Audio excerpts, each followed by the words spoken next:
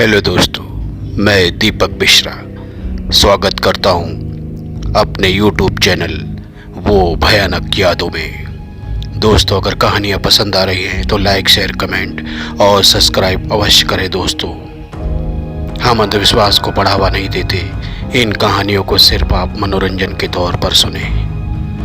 भूतिया दरबार। जी हाँ दोस्तों, आज की कहानी कुछ ऐसी है। मलयगढ़ के राजा चंदन सिंह का दरबार आज खचाखच भरा हुआ था।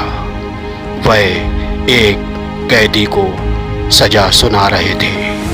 वह कैदी कोई आम कैदी नहीं था, एक फकीर का बेटा था।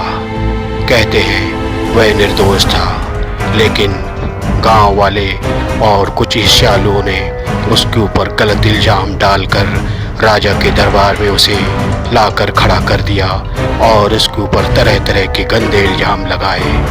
राजा ने कुछ भी नहीं सोचा और उसे आज्ञा दी सैनिकों को बुलाकर कि ले जाओ इसे और इसका सर कलम कर दो।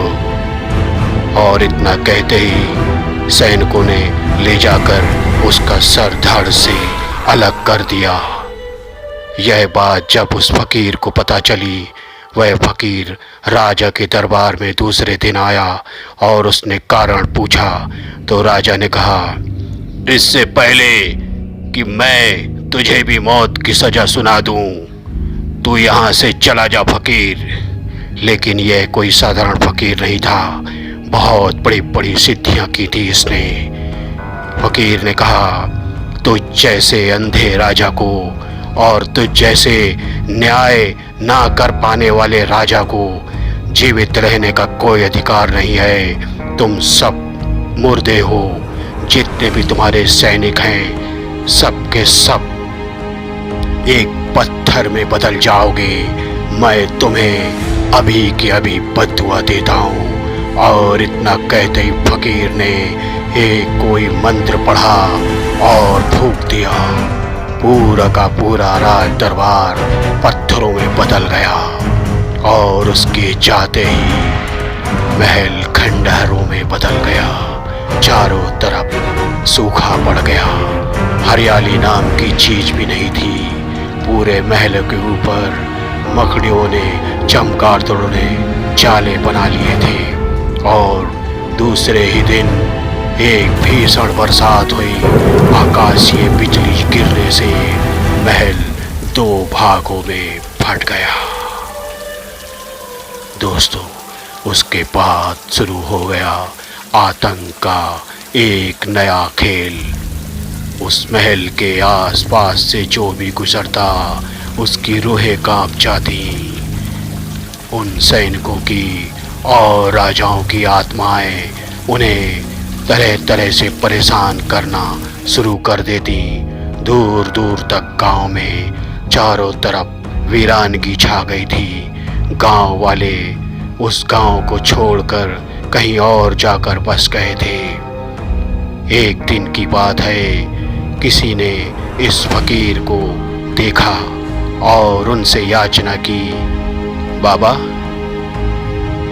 आप शांत हो जाओ बाबा, हमारा गांव पूरा खंडहर हो चुका है। उस राजा की गलती की वजह हम सबको क्यों भुगतनी पड़ रही है। तरह तरह से फकीर को उन लोगों ने मनाया। तब फकीर ने कहा, ठीक है, उस समय मैं बहुत क्रोध में था, इसके लिए मैंने ऐसा श्राप दिया था। उस राजा को और उसके दरबारियों को वैसे भी जीने का कोई अधिकार नहीं था, लेकिन तुम लोगों की भी गलती थी। वो तो ठीक है बाबा, लेकिन वो बुरे लोग थे जिन्होंने आपके बेटे को पकड़ा था, उनकी सजा हम सबको क्यों भुगतना पड़े। फकीर ने शांति से कहा, ठीक है, मैं कुछ करता हूँ। और फकीर उस खंडहर महल के पास जाकर जल छिड़क दिया और वापस वह जो महल था उसमें जितनी भी आत्माएं थीं उन सब की शांति हो गई। वह सब मोक्ष को प्राप्त हो गए। महल तो खंडहर ही रह गया, लेकिन गांव में धीरे धीरे करके फिर से हरियाली और खुशहाली आ गई। जो लोग गांव छोड़कर जा चुके थे वापस अपने गांव में आके खेती बाड़ी करने लगे। उसके बाद दोस्तों उन महलों के आसपास से कोई भी भूतिया घटना सुनाई नहीं दी। तो दोस्तों कैसी लगी कहानी? अच्छी लगी हो तो लाइक शेयर कमेंट और सब्सक्राइब अवश्य करें दोस्तों। Good night, good night.